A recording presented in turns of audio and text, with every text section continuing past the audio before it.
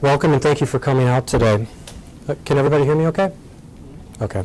As Jim said, I'm Jeff McKinley. A little personal background. I'm a CPA and I'm a co-founder of a business here in Chicago, and we provide daily accounting and operational services to proprietary trading firms and hedge funds. My experience in the financial industry, and particularly in the futures markets, goes back to the mid-1980s. As far as my involvement with Heartland, I've followed Heartland since they basically opened their doors in the mid-80s, and in June of this year I got the opportunity to join the board and also be part of a new initiative to reach out to and focus on the regulatory and tax issues that are affecting the financial industry in Chicago and beyond. This to me was very good timing, as I believe now more than ever a reasoned free market voice is needed in this area. Let me read to you a few quotes that have convinced me of this view. The first quote: "If you drive a Honda Civic with a gas tank capacity of 13.2 gallons, that means the speculative premium costs you $7.39 every time you fill up." That quote was from Bart Chilton, CFTC Commissioner. Here's another quote from Representative Peter DeFazio. "The first step on the long path to recovery happens when we rein in the excessive speculative activities that have destabilized our financial system." He was justifying the proposed financial transaction tax legislation, and using the rate that he had in this proposed legislation, it would add $30 per contract for every crude oil contract that's traded.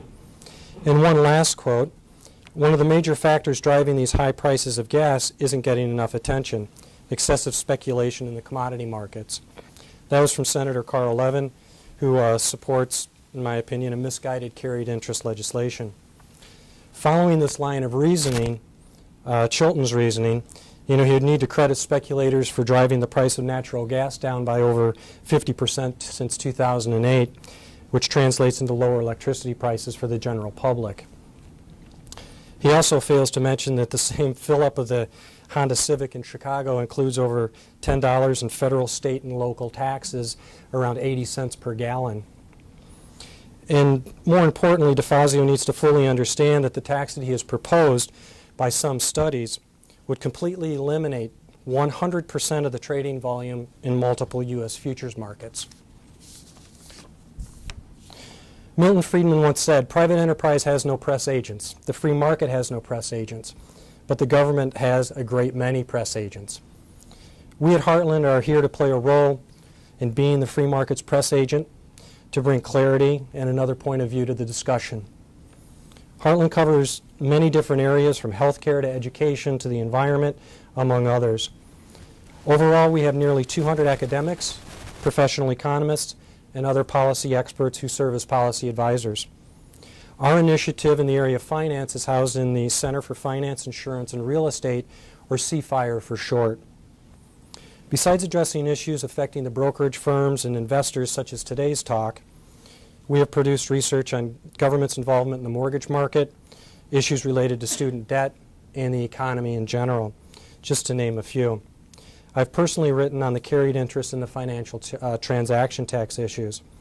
Other topics that we are currently discussing and researching are the proposals for account insurance on futures accounts, the threats to the 60/40 tax treatment of futures contracts, and the effectiveness of our current regulatory scheme.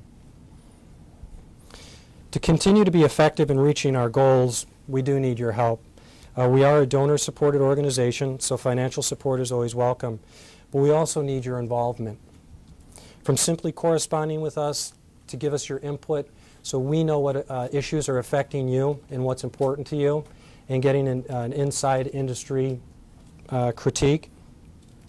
And if you want to also write on topics and such, we can also have that done for our publications. And if you're interested in these, please see me. Yes?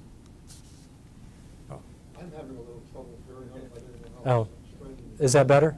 Okay. If you're interested in any of these other, becoming more involved in the organization, please see me afterwards. Now I'd like to introduce Hilary Till. Hilary is co-founder and principal of Premia Capital Management, LLC. In addition, she provides advice on risk management and derivatives trading issues through Premia Risk Consultancy Incorporated. She is also the co-author of Intelligent Commodity Investing, a bestseller for risk books. She is a member of the North American Advisory Board of the London School of Economics and Political Science.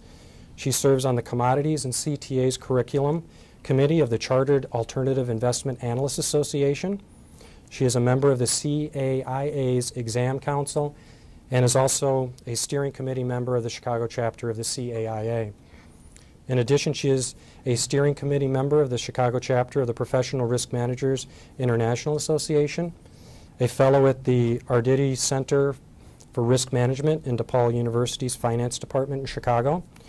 She was named to the Federal Reserve Bank of Chicago's Working Group on Financial Markets in 2011, and is a research associate at EDHEC Risk Institute, which is based in Nice, France. Hilary has a Bachelor of Arts in General Honors in Statistics from the University of Chicago, and a Master's of Science degree in Statistics from the London School of Economics. Welcome, Hilary. Thanks, Jeff. Everyone is dead, apparently.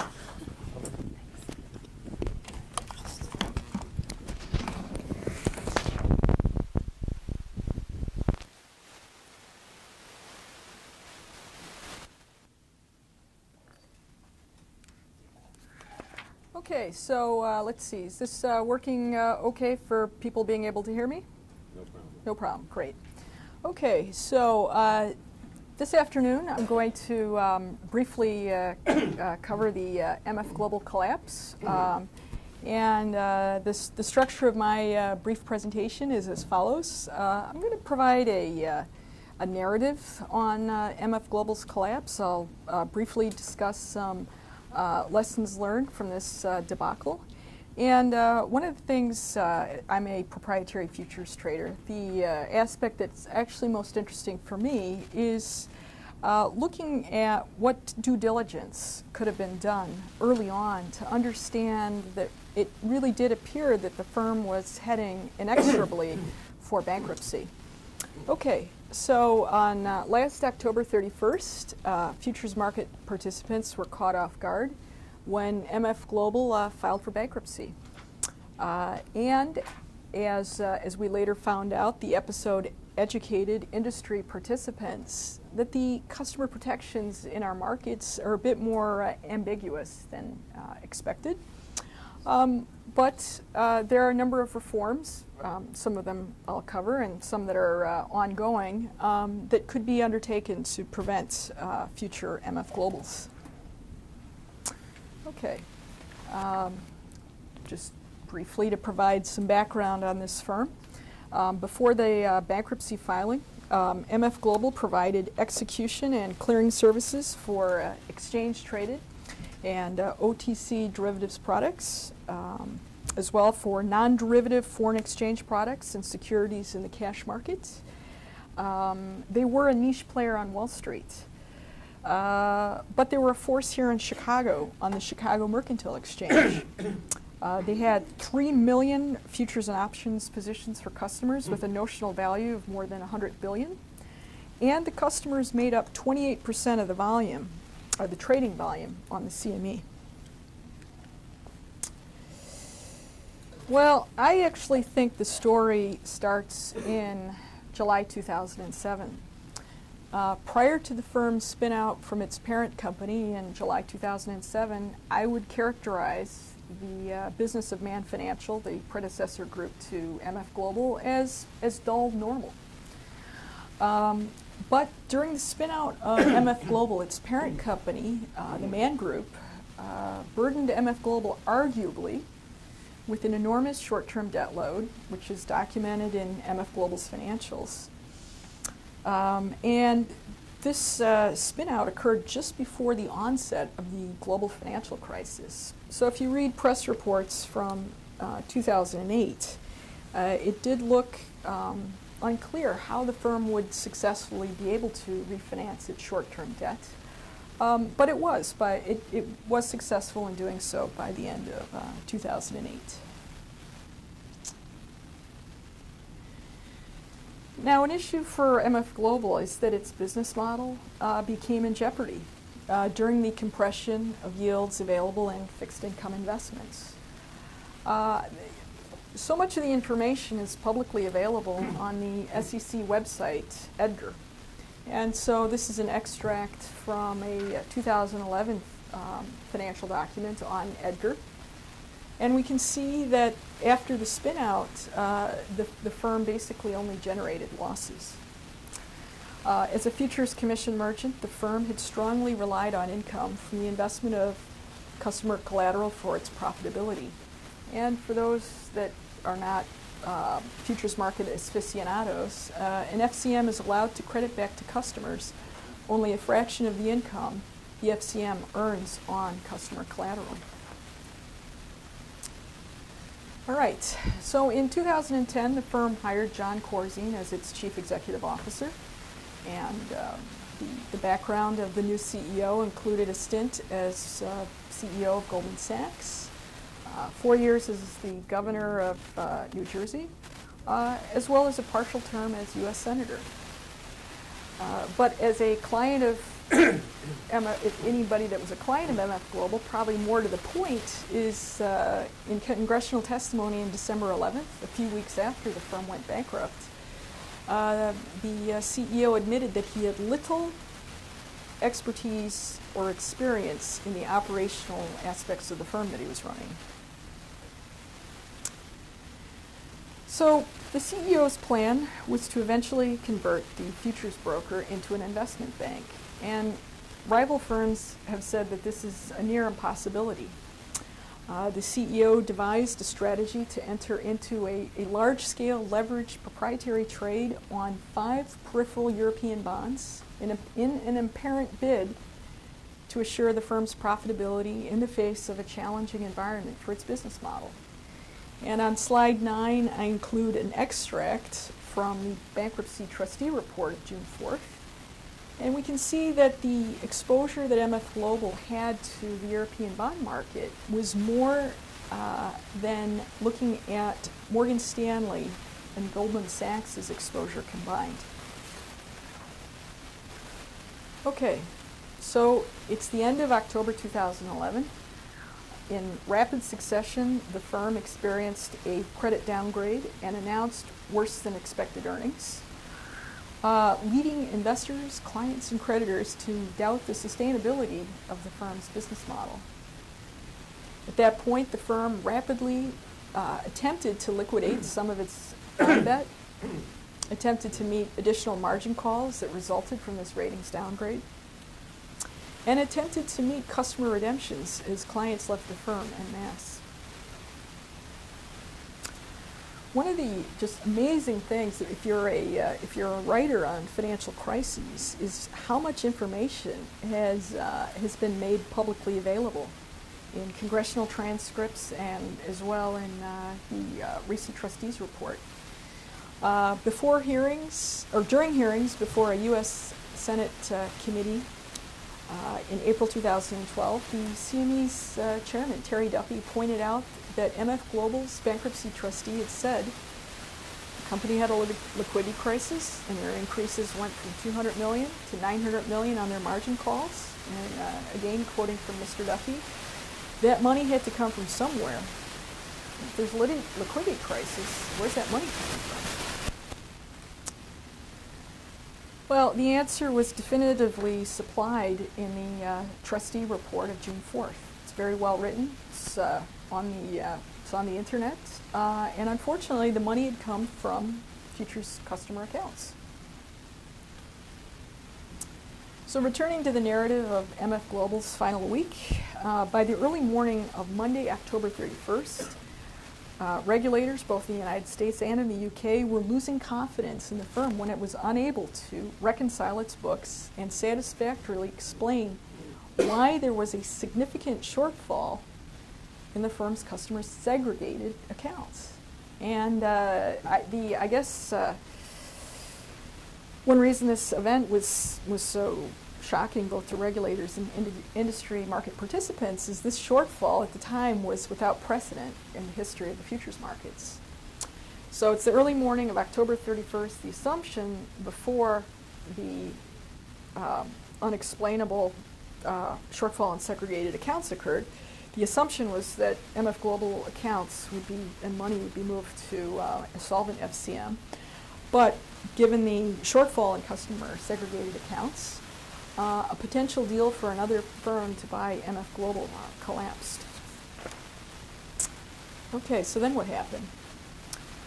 Well, MF Global's holding company declared bankruptcy under Chapter 11 of the Bankruptcy Code, and the subsidiary, which was a joint broker-dealer, futures commission merchant, was put into liquidation in a Securities Investors Protection Act proceeding. Now, the issue is that the legal procedures which cover the liquidation of security firms can potentially be interpreted such that they conflict with the well-known legal protections that are designed for the bankruptcy of futures firms. But there is a credible body of law that futures customers should have priority over all other claimants. It's just that if you're a MF Global client, you prefer not to be the test case for this. Okay, so MF Global was jointly regulated by the SEC as a broker-dealer and also by the CFTC as a futures commission merchant. But the decision to put MF Global through a bankruptcy process that had been designed for securities firms baffled futures industry participants who were very worried about the delay in being made as whole as possible. And in the past, futures regulators had gone to court to fight for jurisdiction when an asset freeze would be adverse to futures industry customers. So starting on October 31st, MF Global's customers' funds and futures positions were frozen on and off for days. And astonishingly, when the MF Global bankruptcy was filed, nobody appeared in court to represent the interests of customers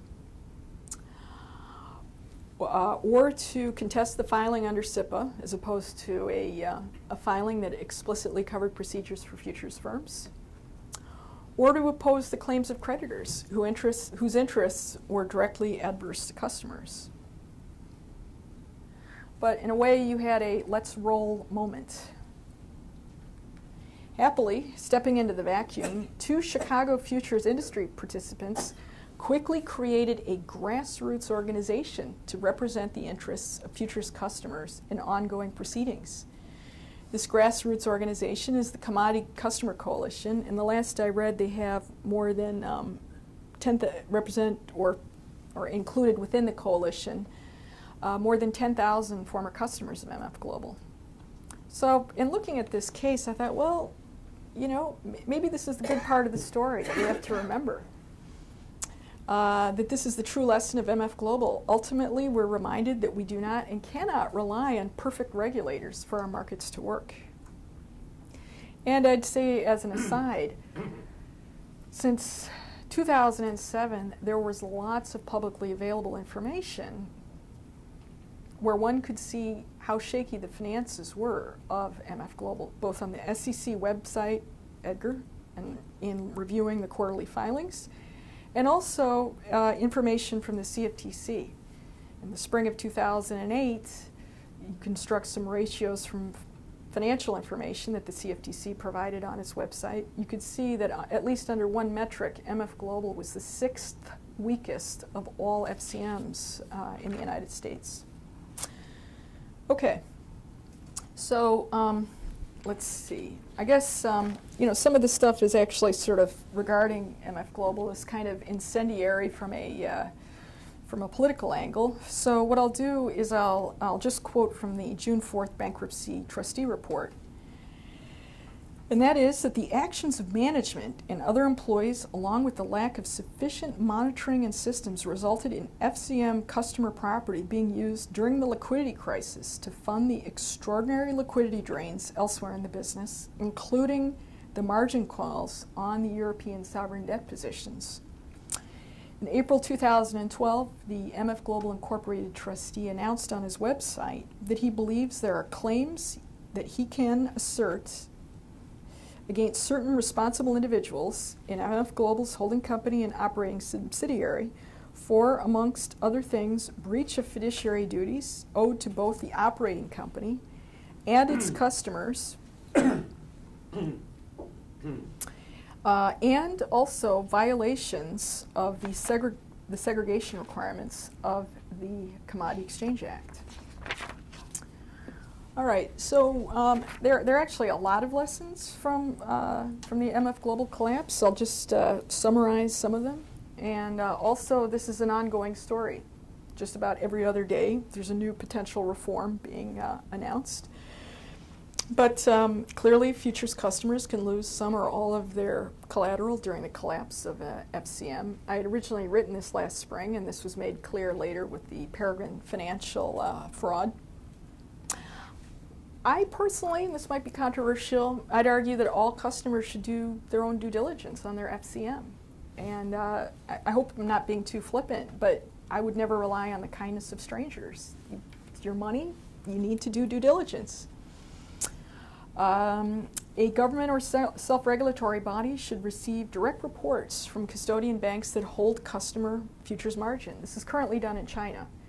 Now, there's a related reform that's currently being, well, it was approved by the NFA. It's waiting on CFTC approval in terms of there being online access to be able to view bank accounts of FCMs, and this came out of the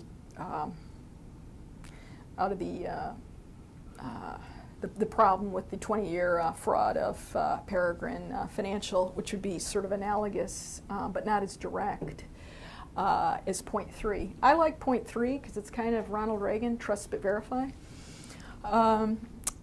Another recommendation is there should be rigorous re-examination of the protections provided to futures customers, including improving and clarifying bankruptcy code priorities. There was testimony from the CME's Terry Duffy on clearly it would be most preferable to have clarity in the bankruptcy code that if futures positions of a failing FCM are sufficiently margined, that those positions be that the clearinghouse would be able to move those positions without having to go and get permission from a bankruptcy judge. And then another thing is to determine whether futures customers should be covered by insurance. This currently exists in Canada and is an ongoing debate here in the US by a number of entities. Another thing is futures customers in doing due diligence on their fiduciary should consider doing due diligence on their FCM's bank, since the behavior of the FCM's bank during a time of financial distress can be key during a financial crisis.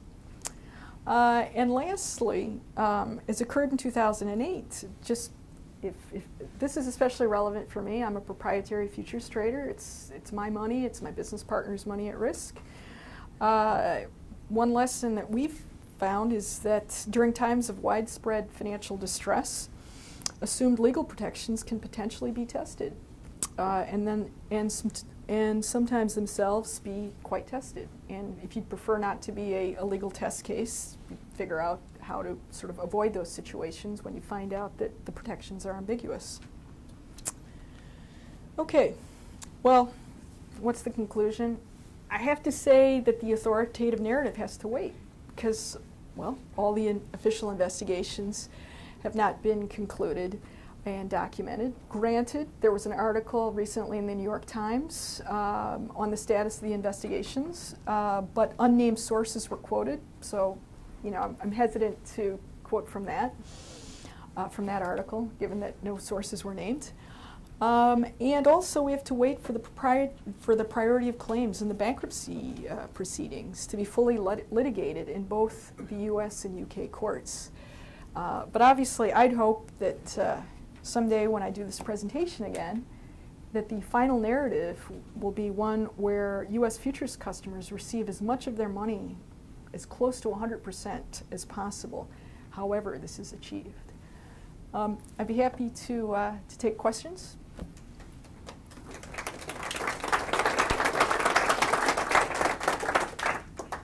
You said customers should do their own due diligence. Is there, is this sort of thing where, what could people have known 18 months ago about MF? I mean, were there hints out there? Well, I mean, several things. You could read their financials, and you could see the firm wasn't profitable. You could read their financials and see the level of debt that the firm had to refinance. And you could look at 2008 and look at even firms that were considered more essential to, you know, the U.S. financial system having trouble getting financing.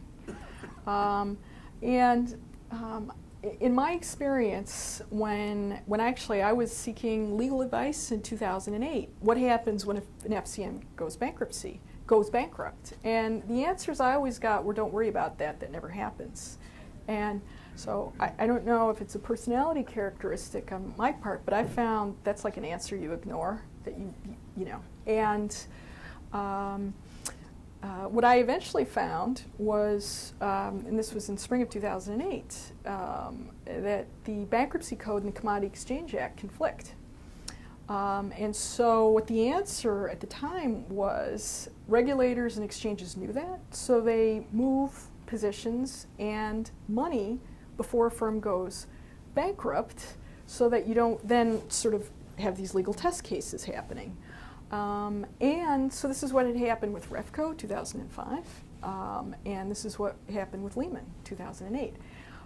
But I guess you know, again, you get to this sort of agency, versus principal problem. When it's your own money, you know, that just doesn't. If you're a futures trader, everything is rule-based. It's not sort of like, well, here's this discretionary situation where you're not quite sure what's going to happen, or you put yourself into that situation where you don't really know the outcome if you're sufficiently compensated. But if you can then go, though, to an FCM where you don't have all these worries and concerns, you know, that's what you would do.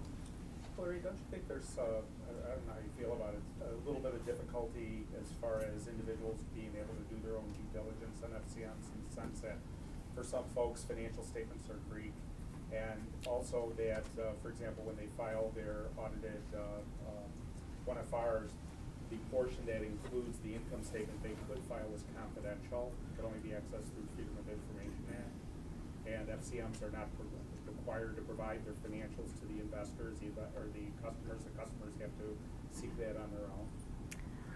I guess people can decide what risks they want to take. It's not a risk I'd take. So.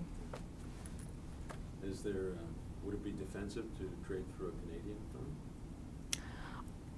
I don't know, but there's aspects that came out of this where the Canadian, I think it was only $400 million, but the Canadian customers came out totally unscathed. I don't have an expert answer, but I can see how that would be a conclusion. And from what I've read on the PFG case, PFG Canadian customers came out of that unscathed as well.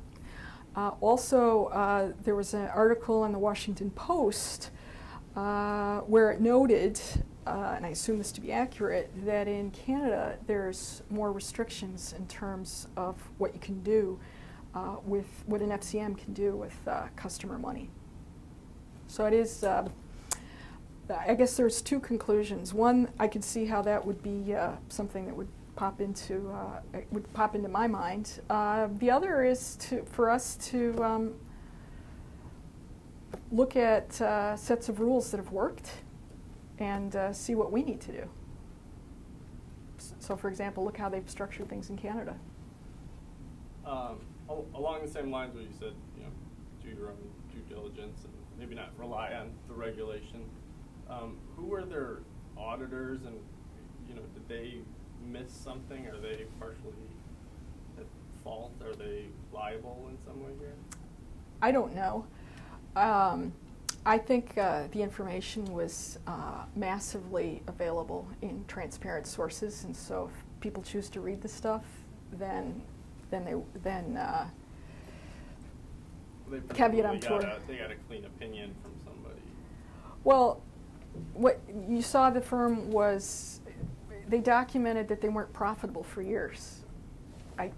Now, there is actually, I don't know, there's so many highways and byways to go with this story that I thought, okay, how do I make this into a narrative that will take maybe 20 minutes? But one of the interesting things in terms of it, and I don't, this is again supposition.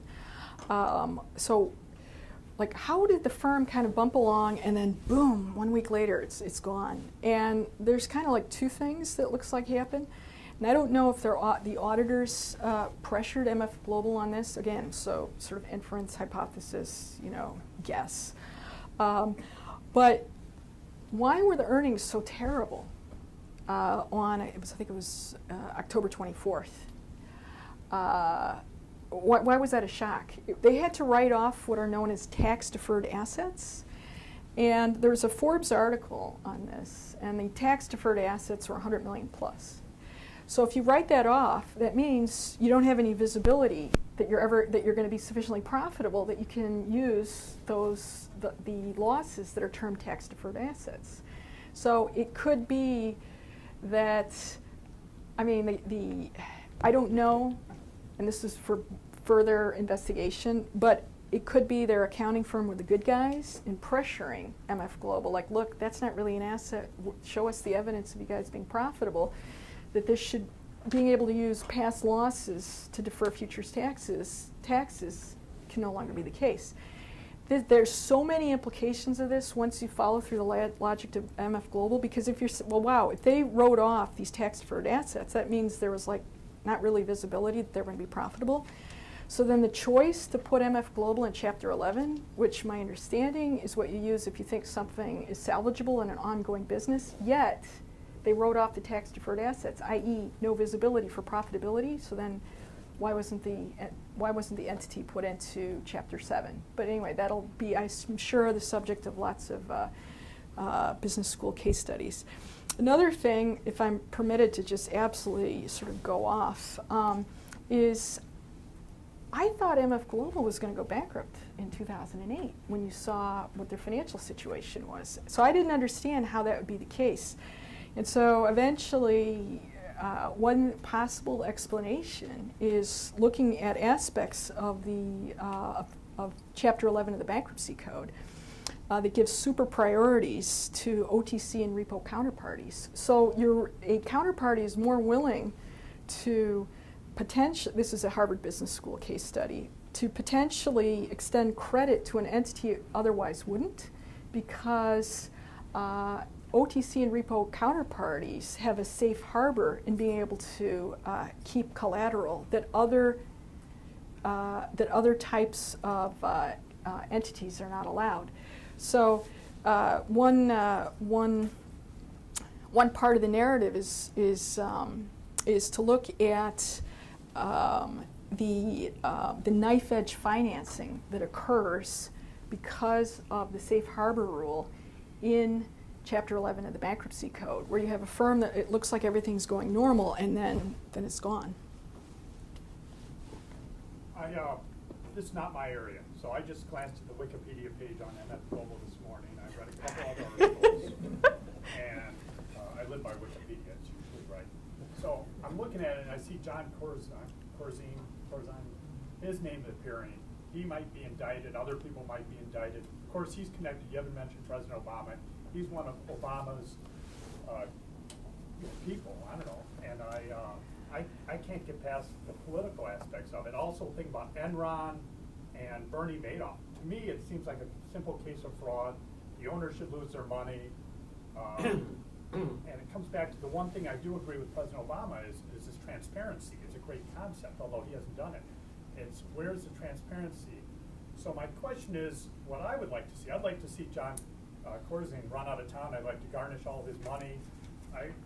Where's the responsibility to these CEOs that are doing this kind of stuff? And how come he's not in jail? And why is he like a top advisor to President Obama right now? So I'm tying it in politically. I want to know more about, and is this where we're going? Democrats, and I'm sure Republicans are doing this too, but is this Democrats committing fraud and no one they seem to be getting away with it scot-free? Well, I think the political questions that you bring up are really interesting.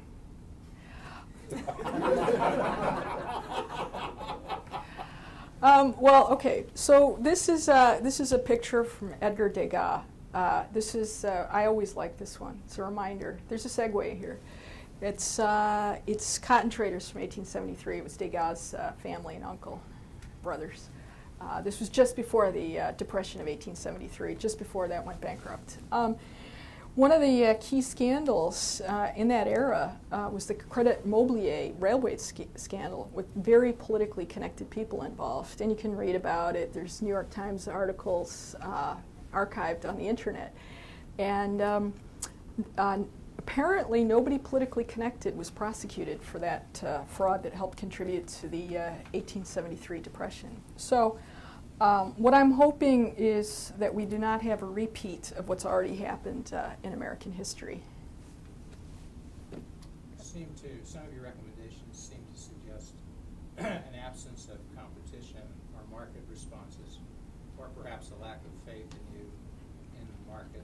When you say custodial banks perhaps should provide direct reports to customers, well, don't some do that?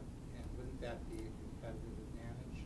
And if you use custodial banks who did that, wouldn't your product be perceived as better? It seems like you're not paying attention to that, or you don't believe the market's working here. Because if it was, similar with insurance, you said perhaps insurance should be provided. Shouldn't the customers decide whether they want insurance? Well, I guess if I'm lecturing to people involved in the futures markets, I recommend as much as possible they do due diligence. They can choose not to, and if there's not market demand and people have faith that they will be treated honorably, then you're right. There wouldn't be market demand for all these extra, elements of work. Why do you think they weren't? I mean, you're suggesting that the custodial banks didn't provide these direct reports. So why do you think that was the case? That consumers are ignorant? Consumers don't value this? I'm just saying, what is your view? Why do you think, if you're recommending that be done, and apparently it wasn't done, why do you think it wasn't being done? Market failure? I'm missing the point here. Wait, okay, so this was the one, let's see, okay. So that's, you're addressing point 3? Right. Well, it was interesting. I mean, people thought institutionally they were protected.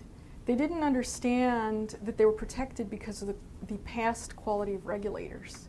So, for example, there's like a wonderful article written by a former CFTC regulator in 1993, Andrea Corcoran, who in minutia details some of the problems with the bankruptcy code and protections of customer accounts. And so one was in the past, as far as I can tell, protected by proactive actions by regulators, not realizing that the literal institutional framework to protect you wasn't there. What I didn't see in your presentation are the estimate of the losses. Well, right now the documented shortfall is $1.6 billion, and I think it's so, of which 700 million is caught in the UK court system to decide whether the money belongs to U.S. or UK customers. I am a member of the Chicago Mercantile Exchange and a proprietary trader, and the history of my 22 years of being a trader there was the firms never got big enough that if they did have a systemic problem, whatever it was, taking too much risk for a business model, that the other FCMs would step in, they would break up the accounts, and they would all absorb. If there were losses within portfolios, they basically trade out of them, is what they do. And the market participants, the FCMs, would take that risk and share it.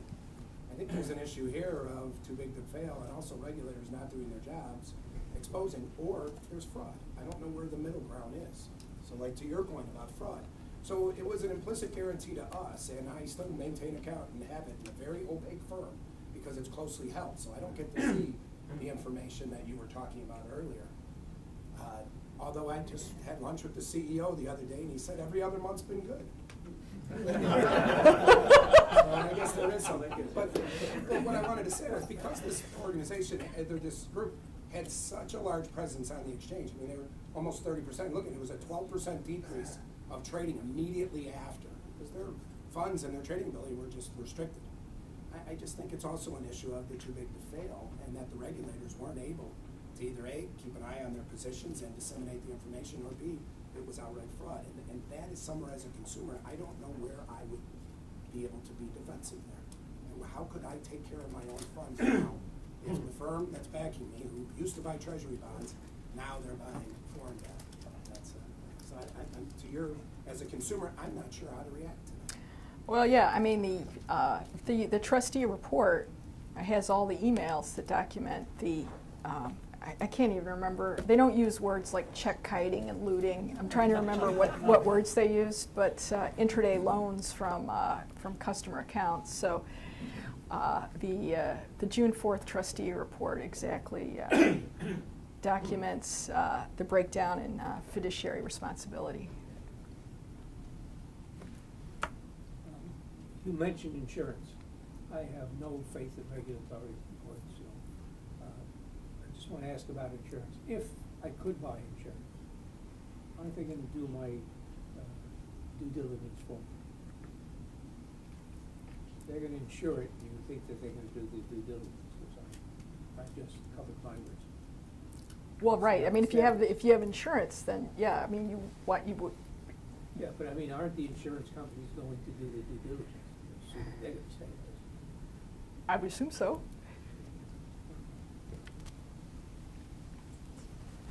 Let's give, we promised to get everyone out.